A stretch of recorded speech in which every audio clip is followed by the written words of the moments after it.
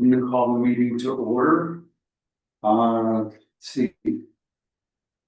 Fred, to the first alternate here, I'll have you replace Marnie. And Jason, you will be replacing. Let's see if anyone's online. Well, you'll be replacing Walt. Okay, thank you.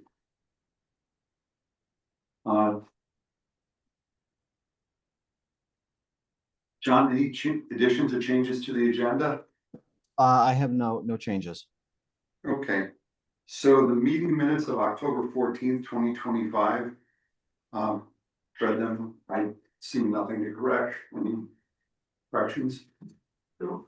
There you go again, Mary Kay. Yeah. Thank you. Thank you. I'll make a motion. We accept them as presented. Second. Any discussion? Those in favor? Aye. It's unanimous. So first up, John, if you could speak to the POCD revision. Looks very nice. There's some things I have some questions about, but and then graphically it looks very nice. Do you want to go through that?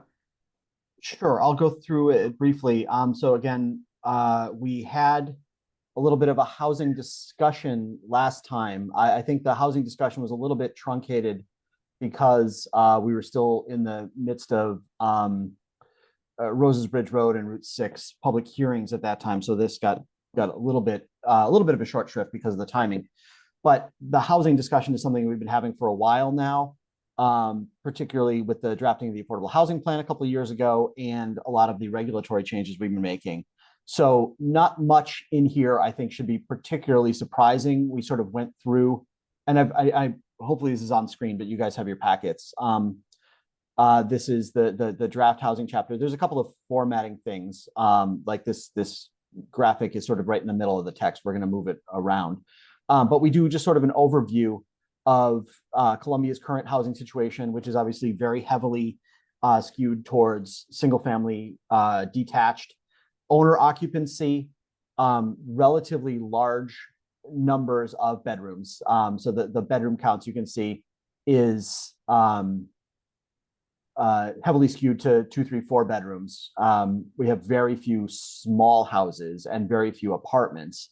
So because of that, it's a little bit deceptive. If you look at some of our affordable housing data, our affordable housing numbers are relatively low. We're a little under 3.5% affordable. However, the cost burden of households in Columbia is generally significantly lower than in the capital region or the state as a whole, which is a figure on page 5 of this chapter. Which again, cost burden is people spending more than 30% of their income on their housing situation, whether it's rent or mortgage. The 30% is the key. And Columbia's numbers are relatively low. They're well under 20% for cost burden. Or it's a little. That related somewhat to the length of residency. A lot of people have been in there.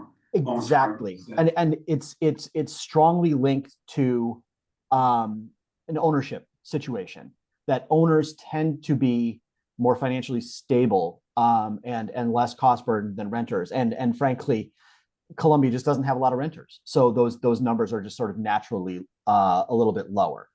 So we go through a little bit of further of those demographics. And then sort of talk about efforts that leading up to and including the affordable housing plan, and then really get into the goals, and the broad goals are to ensure adequate housing for individuals of all ages and incomes available. And we have Andover here. That should be Columbia. Unless I opened the Andover one. No, this is Columbia. Okay. Yeah. I think we are writing the housing chapter for both Andover and Columbia like right now. So I apologize for that. All this data is definitely Columbia. So in Columbia, obviously, with a focus on allowing residents to age in town and young adults to remain in town and grow with their families, allowing a variety of affordable housing, and here we have promote recent changes to the zoning regulations in order to drive construction of more units. I think the idea here is that we have been very proactive in the last, I would say, 2 years, particularly in terms of overhauling our accessory dwelling units, our duplex regulations, and then most significantly, the multifamily regulations, which not only sort of lift the cap, the arbitrary cap on density, but also provides a significant incentive for including affordable units. And so I think the task now is not any kind of additional widespread regulatory change, but really getting the word out there and being more assertive and proactive about making sure people know that these regulations are in place. So working with potential developers, whether it's a nonprofit, whether it's a for-profit developer, property owners that might have larger properties that are looking to move on or divest or develop, and making sure that we are very visible in these efforts to promote the regulations that we have spent the last couple of years putting in place. So it's a little less at this level, at basically the planning and zoning level. A lot of the regulations, I think, have been tackled. Now it's a matter of, whether it's establishing a subcommittee, working through the town manager's office, the board of selectmen, economic development, or some other entity to make sure that we are working with developers and property owners and nonprofits on getting actual, forward progress on the work that we've done. And so that's really the focus of this chapter right now. And I will stop there and see if anyone has questions about that. And then we can go ahead. Couple things is, it's more of a formatting issue. Under the first chart, housing unit room count, above the heading for paragraph 2, it said wall 210, and it goes, I'm not sure where that goes to. It goes, Oh, this is oh, so they think, well, this one's in the way. so the, He said, yeah, he had said that he would format that differently. Oh, this housing unit structure right here. Yes. Yeah, that I think when we converted it from Word to the PDF, that shifted. It's a funky Microsoft Word floating table. We'll throw that. Yeah, we'll fix that. okay. And then on the top of page 3, a median rent of $869. Yeah, I think that's that doesn't square with what my sense of the market is. yeah, I this is American Community Survey, and that's I'll double check it. I agree, it seems low.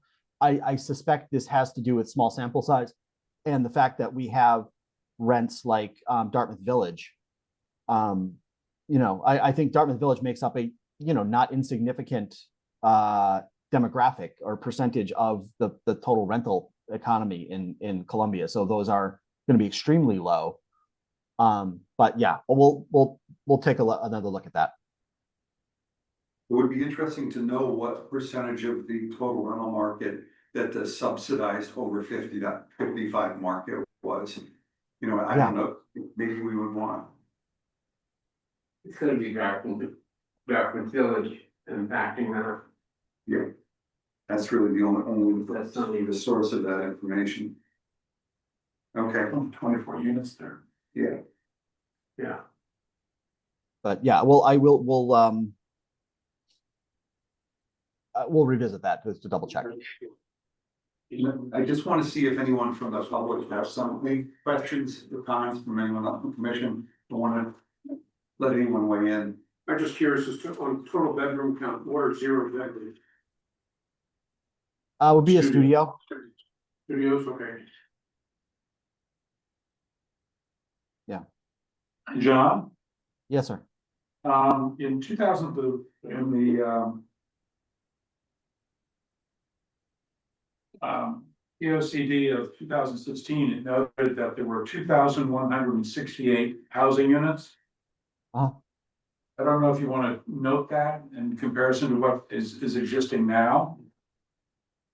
No, I mean, it's Okay, important, yeah. it's important to note that the housing units have gone down. Oh, okay. That's your point here. Hold on. Let me. It doesn't make sense. Well, Doesn't make sense. What was that number? 2,168. Okay, thank you. For 1,800. Hmm, So fewer, that's interesting. Huh, yeah.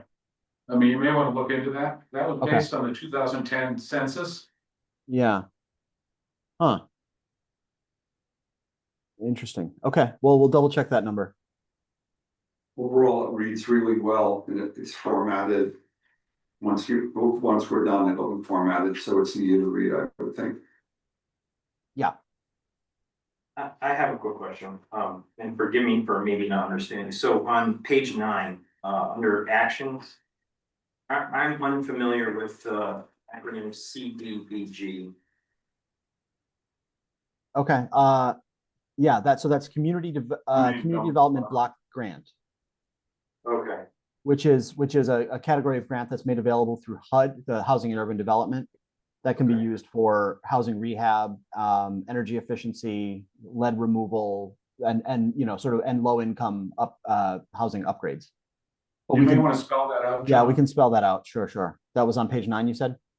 Yeah. Yes, on 6. Yep. Thank you. Yeah, absolutely.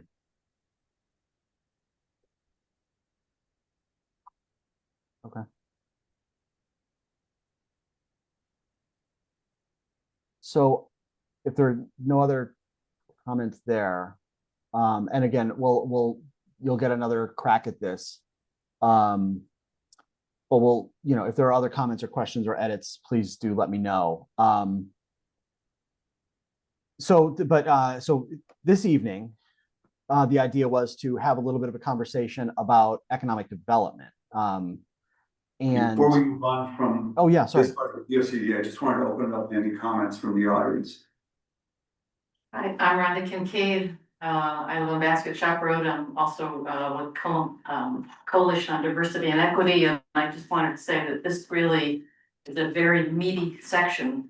And it really took in a lot of the input that we and other people had. And it's really very, very nicely done. We really appreciate the work that went into this. Thank I you. think it really includes a lot and puts a lot of focus on housing in a way that hopefully really can move things along. Well, John's the one who floated into there, so thank you, John. Right, That was a thank nicely you to done. you, actually. Hey, Rick, Yeah, no, Yes. the folks in code, Rhonda, you and your team deserve a lot of credit for sort of pushing the dialogue forward over the last couple of years. I know you probably checked this, but on page 9, B goals, number 1, ensure Yep. adequate housing for individuals of all ages and from disabled within Andover. That's a typo. It should be. Yeah, yeah. Well, we would wish well for our Andover friends, but we're really talking about Columbia here. Yeah, I'm gonna, don't one of those days, John. yeah. No, that was we've been writing a couple of these plans in parallel, and I apologize for the crossover. That's okay. Just one thought, everything flows better when almost everybody is looking at this from the same perspective. What can we do to make it more affordable for people? Oh. I mean, I won't accept that we've done everything we can, because I don't know that we ever will have done that, so. But anyway, so anything else on this? Because we'll move on to John leading into economic development. So similar to what we did the last couple of topics, I forwarded around this worksheet, the basically the plan development worksheet to key stakeholders in the economic development realm, similar to we did for housing and conservation and community resources. Unfortunately, this month people did not reply to me, so we have no sort of baseline stakeholder input. And in truth, there really aren't a ton of very large developers active in Columbia. We obviously reached out to the Gates folks who have been, probably the most active in developing larger scale commercial retail in town. They did not reply. I had sent this as well to the owner of the Columbia Plaza at 6 and 66. He did not reply. I sent it to, the town manager and the first selectman. We didn't get any of these back, is my point. So I wanted to just run through maybe a little bit of an exercise with you folks, to sort of take a look at the questionnaire and get some thoughts from you from an economic development standpoint. So growth related things. Let's just talk a little bit about things that have happened over the past 10 years that have been, positive or negative in terms of economic development in Columbia. So this is an open discussion.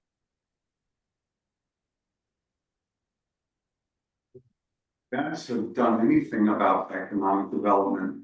I think if we were asking questions to the public, maybe just simply asking a question, what can we help you with making the environment more conducive to growing your business? That might be the best question to ask. What barriers to growing your business that can be addressed by planning and zoning are in the front of your mind.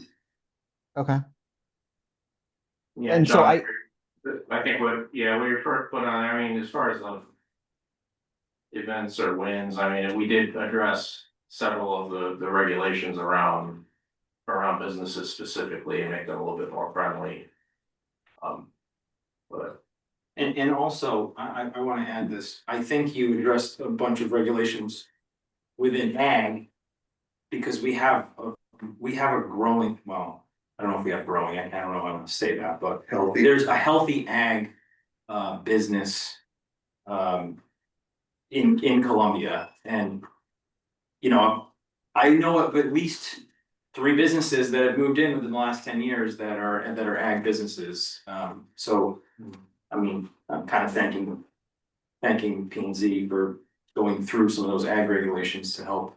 I think part of that is that the ag community is not shy about saying what they have, that what they We're not. would like to see happen that makes for a more conducive environment. And we're looking for help where we can find it. So the ears have been open. The voice has been active. I'm sorry, there was something from the audience.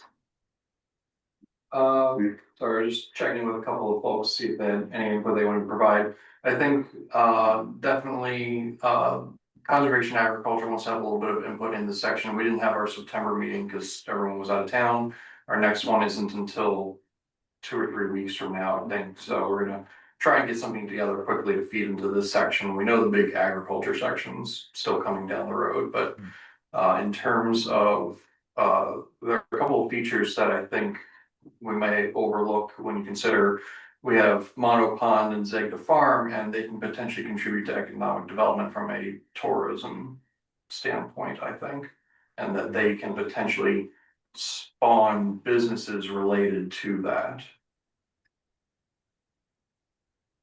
Agreed. Good point. Yeah. So maybe John highlighting that some of our greatest commercial assets may be our recreational facilities or the potential for growth. I wouldn't rank them over other commercial entities, but say best opportunities for growth may lie in our recreational assets. Everyone agree with that as a perspective? Yeah. Sure. Okay. Are there things that we're worried about might happen or might not happen?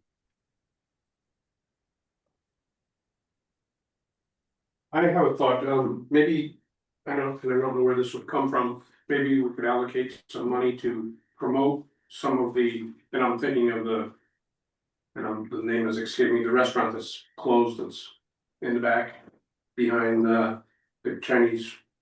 Oh, that's it, maybe it would really be nice if we somehow promoted that is available for development. I mean, I was talking to a potential at our meeting the other day on Sunday, a politician who's in a restaurateur, and I mentioned that to him, and he goes, "Oh, wow, that would be interesting." He acted like he might be interested in putting a restaurant in there, and I think there's a a lot of people that might be interested in putting restaurants in that don't know about the property being available. So it was most recently configured as a grocery store before, after it was Leventi's. Yeah, I remember that. Yeah, and so, I don't know that we have the population for a grocery store this close to Willimantic, but, maybe a restaurant, I mean. Who knows? I know we tried to put a restaurant in the bank and it didn't work out because of the septic system, but. I don't know if the town could support a restaurant or not. it has in the past, when we were much smaller. So while we're talking, let me also stop my share quickly. I'm going to share a different screen. Because we haven't been entirely without input from the public on this topic. Obviously, we have a survey out there that has now had over 400 responses, which is quite robust for a community of Columbia's size. So that's great. Can you see this page? I don't know if it's big enough. Okay, so I'm going to make it a little bit bigger. So this is the question in the survey, where we were basically asking people to prioritize economic development elements in town, ranking from 1 to 7, the highest priority to the lowest priority. The highest priority is reflected as longer bars. So the options that were given are no major changes to business and retail, more retail along 6 and 66, more service and service professional and medical professional, again, along 6 and 66 East, more restaurants along that area, more small business and home-based business throughout the town, commercial development along 66 West and 87, and then focus on growing existing small businesses. And again, this is ranking. So we asked people to make choices, which is more important. And the fact that all of these, basically fall between 2 and 5 indicate that there was no really, really strong response rate. The most popular were, I think, as you guys suggested, more restaurants are wanted, followed by more retail on 66 East and 6. And then to a slightly lesser extent, some of these home-based businesses, growing small businesses, no major changes. So, people didn't like the idea of 87 and 66 West, which I think makes sense. That's more of the core of the sort of the small town. But so we didn't really get, I would say, an overwhelming consensus. But generally speaking, people supported particularly more restaurants and retail on 6 and 66 West. 66 East. So this is, so we did get some input. It's not terribly specific. You might benefit from focusing on 1 or 2 segments. Many years ago, when we were revising our regulations to make our town more horse friendly, we really researched what is it we need to do to change the regulations to attract people that have horse operations. And we changed our regulations and they came. So whatever it is we need to do, I saw Ann Donick made a mention of historic older homes potentially becoming bed and breakfast. And maybe we could dig in a little bit and come up with something instead of generalizations. Not that I'm not meaning anything. I hope it doesn't come off that way, but very specific, targeted avenues that have the best chance to succeed for future growth of the commercial sector. Yeah, that's kind of where my mind was going too, just reviewing that because nothing stood out specifically as being a lot higher than the other. It's more of an environmental issue, creating the environment through regulations to be business friendly. I think, we've gone in that direction so far, and I think probably there needs to be a little bit more focus on more specifics around that. Does the Economic Development Commission still exist? They do, and I was gonna ask, John, did the Economic Development Commission not weigh in on this? They did not. I believe I emailed the chair. I'd have to check the email about who specifically that was. The name wasn't ringing a bell to me, I think, but yeah, we didn't get any response. Maybe that's a problem, is that EDC hasn't been very active. I don't know. Yeah, I think that's something, again, we're talking about cross functions, but. You know, maybe there's some things that we can do to strengthen communication cross-functionally. Uh-huh. I mean, the EDC, you know, really should be driving a lot of this, and they should be giving us some input, I think, on how to make what environment they're looking for. Regulatory wise. This would be the place to put in the hooks that they might use to get some public funds to fuel development or study. I mean, so we're looking for the boilerplate from you, John, that we may want to drop into this section that will enhance the ability to go after federal and state grants that may enhance the ability to encourage or to use the word subsidize, but Yeah. give some advantage. I've had a couple of thoughts, because we do have a lot of people who have horses in town. If we could maybe find a location where somebody would be inclined to open a tack shop. And, you know, where they sell the saddles and all that kind of stuff, I think we could support that down on 66 or 87. And maybe encourage some of the larger farm things along those two routes to do some diversification on what they, earn income with. I know my friends down on Chesbro have the maple syrup and the honey and the blueberries and all the other stuff down there, but they don't get advertised a lot. It's a great spot on Chesbro. If anybody's ever been down to their store, it's, on 10A. Everybody been down there? No. It's a beautiful store. And they do the maple syrup right there, and they do blueberries, they do all kinds of stuff. It's a great store. And Matt and Cindy went. Okay, Cindy was very active in the library. now I'll get there. Hmm? Now I'll get there. Now I'll get there. Yeah, it's a great spot. Okay, any thoughts from anyone? What about Sustainable Connecticut? Like, has that been looked into? Tell us what that is. So it's like a program that the government will give you grants and they'll match the program. Andover just got a bronze certification for being energy efficient. So it's pretty much if you get more like eco-friendly, more environmentally friendly, the government will match you with grants. Yeah. We made form for that it kind of just disappeared. Yes. The grant, well, it's a state program, or it's actually technically a nonprofit. Sustainable CT is a non-governmental thing. There are small grants. I don't mean to downplay it. The grants aren't large. They're $15,000 to $25,000, but they promote and reward towns for doing energy efficient, sustainability, equity, environmental friendly type thing. So yeah, leaning into that and being a sustainable community is certainly something that is marketable, and yeah, a little grant money can certainly help.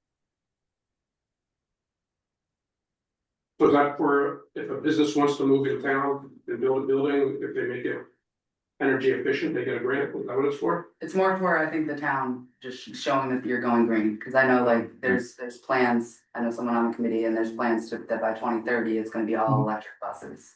So that's their goal, is to be, instead of having the gas powered buses for the kids, it's gonna be electric. So when you do stuff that's more sustainable, that's like bringing in energy, solar panels, that kind of stuff, you're gonna get a federal grant that matches the program. We had a sustainable CT committee for a little while. Yeah. And we were looking at that. It's very cool. There are a lot of steps you have to go through, and part of it was that it really needed to be, if I recall correctly, community input from all different stakeholders to decide what would be something that they wanted to do. It could be something green, it could be setting up a bike path, it could be doing composting, I mean, a variety of things. And then what the community chose, the sustainable CT would match whatever they raised. So if the community raised $7,500 from like a GoFundMe kind of thing, then sustainable CT would match it with $7,500. What's the source of the funds for sustainable CT? It's from the state, basically. There's several funding programs, including the Community Match Fund, which Right. provides dollar for dollar matching funds for the public sustainability projects. And there's community engagement, local volunteer groups such as Wilton Go Green and Sustainable Essex often work to support their town's participation in the Sustainable Connecticut or Sustainable CT program. So when you It go, might be worth putting in again, the committee just kind of fizzled because fewer and fewer people came. And I think it was just hard to get volunteers, but, it might be worth to give it another try. So it's more a town-wide thing than an individual business type thing. Yeah, it's a Right. community. Yeah, and it's definitely the town taking the lead on these things. Right. Jen was kind of running that, wasn't she? Yeah. We should probably touch base with Jen and maybe Yeah. revisit that, because I think that's an element of this too. Yeah. Sure. Yes, a good suggestion. So keep that in committee, mind- that committee has sort of fizzled a little bit? Yeah, it Yes. fizzled Okay. fairly quickly, actually. I mean, when there were about Okay. 25 people that came to the open meeting Yeah, to learn about it. And then maybe 8 people came to the next meeting, and then 6, and then pretty soon Pat and I came and nobody came. okay, So it just kind of, we just needed to reach out and educate people more and get some more people interested in it. That was the tough so part. everyone keep in mind what the process we're going through is. This is the review by the commission, and whether we're supposed to open it up to the public or not, I don't care. I want it open up. I think we all agree about that, but we're also gonna go through a public hearing process. So if you see this drafted in a way that you think could be improved through the public hearing process, is another bite at the apple. So that'll occur down the road.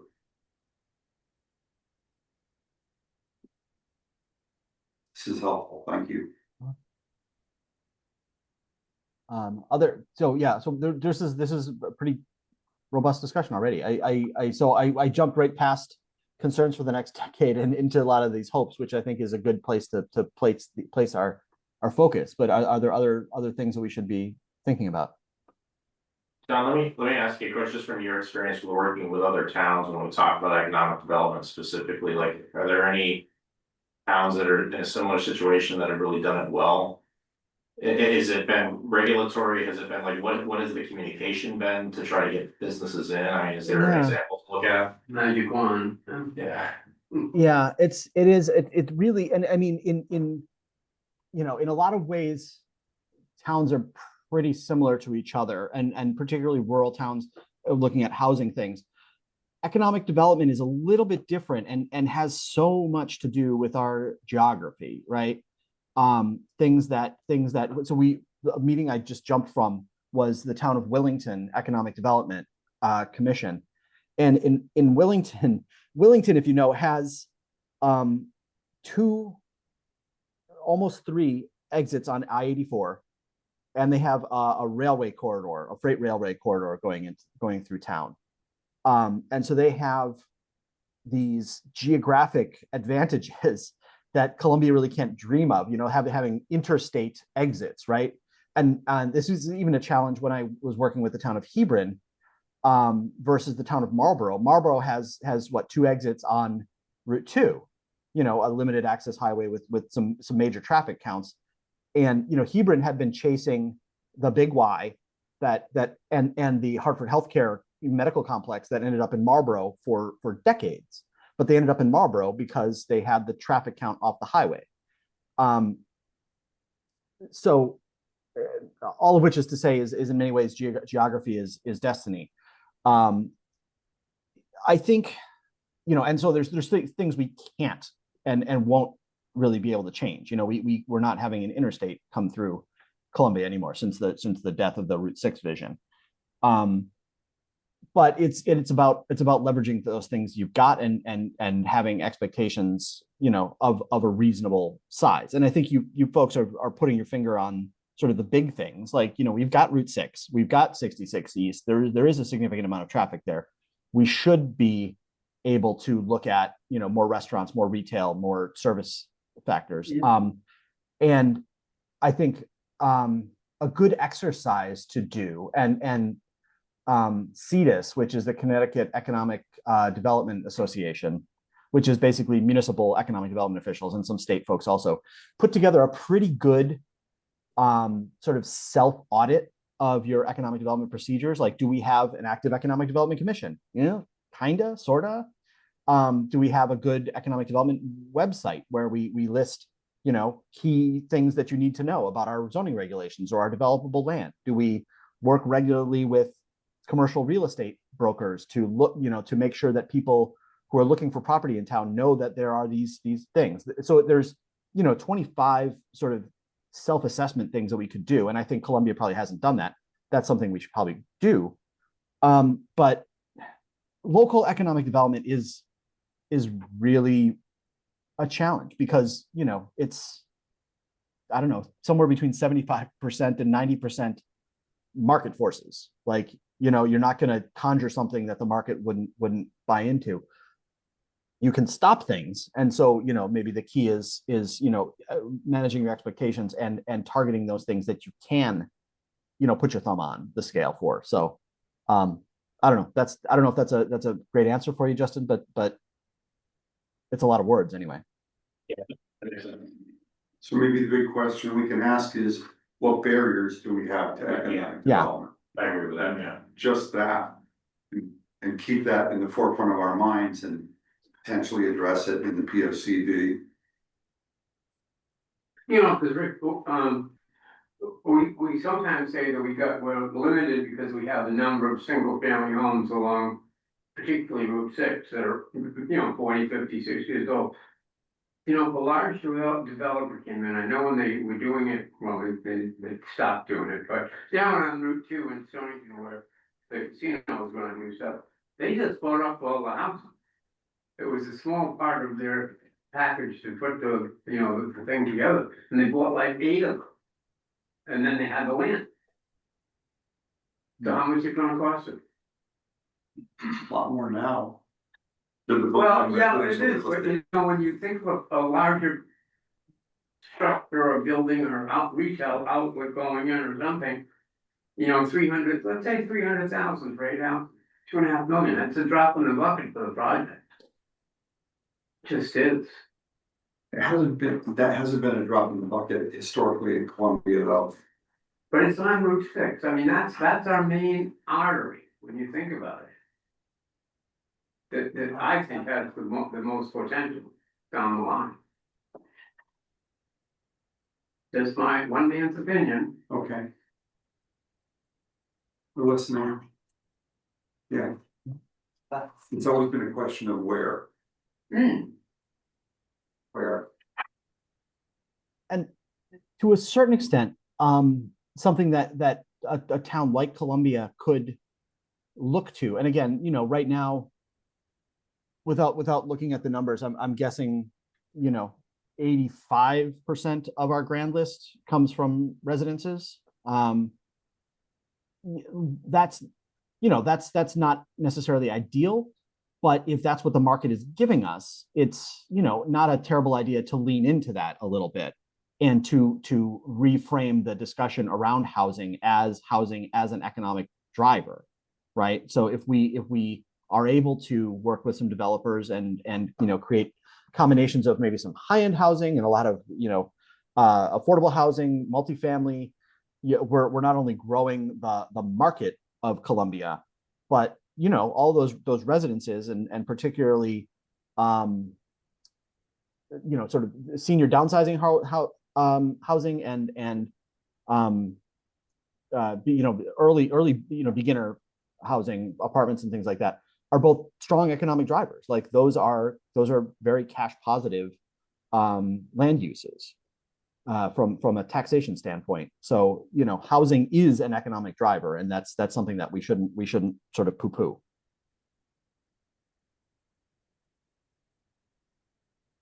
Anything else? I think we've got a lot of meat here to work on.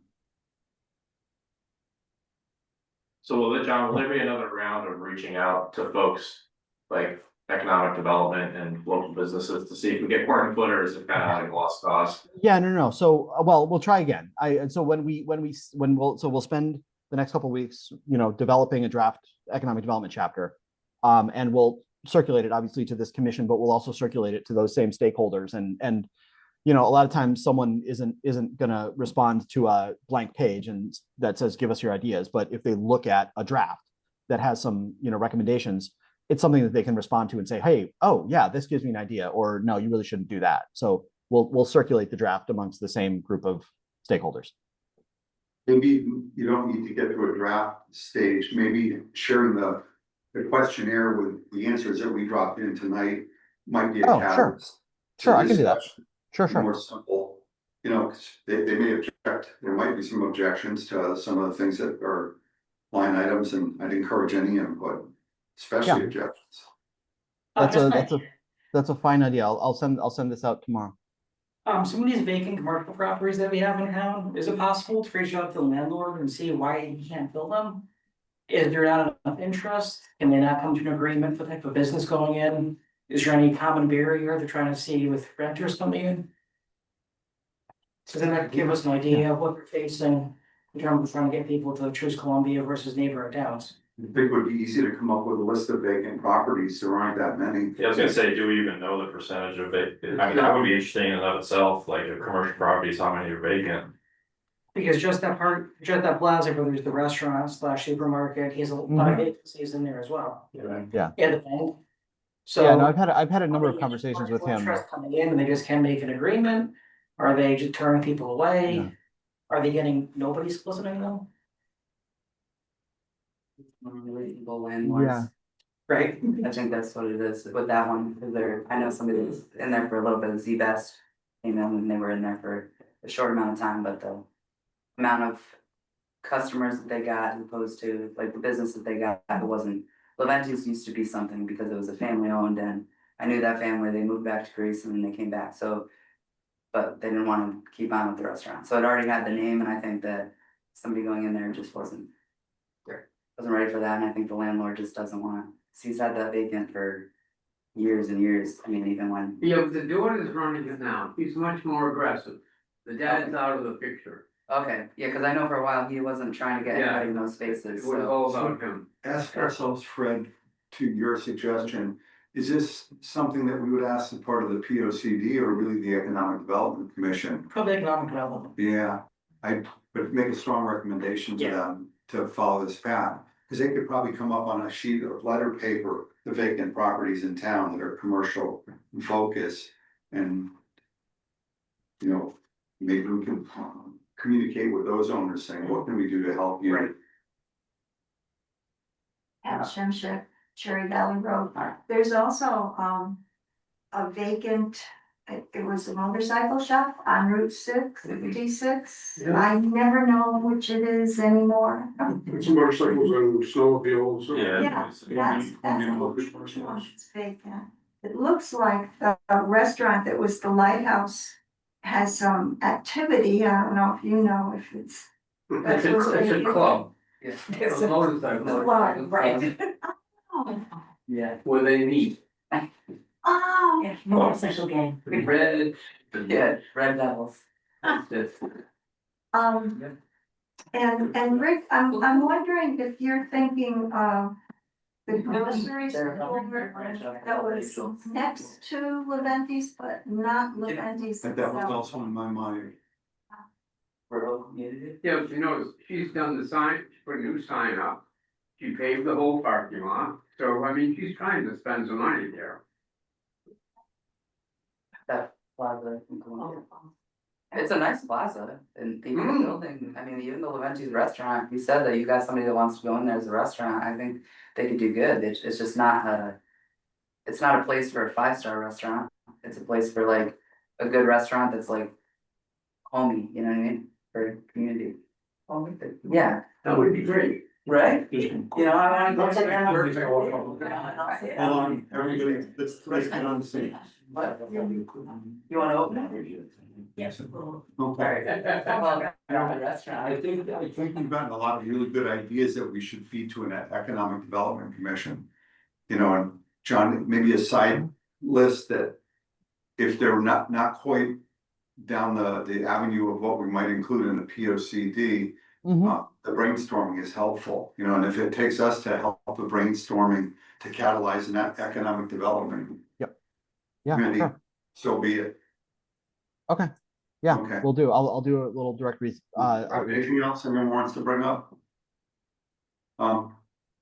John, there may be some, things from the previous report that would be good to include in this one, specifically on the economic development part of it. I'm sorry, the previous report, what do you mean?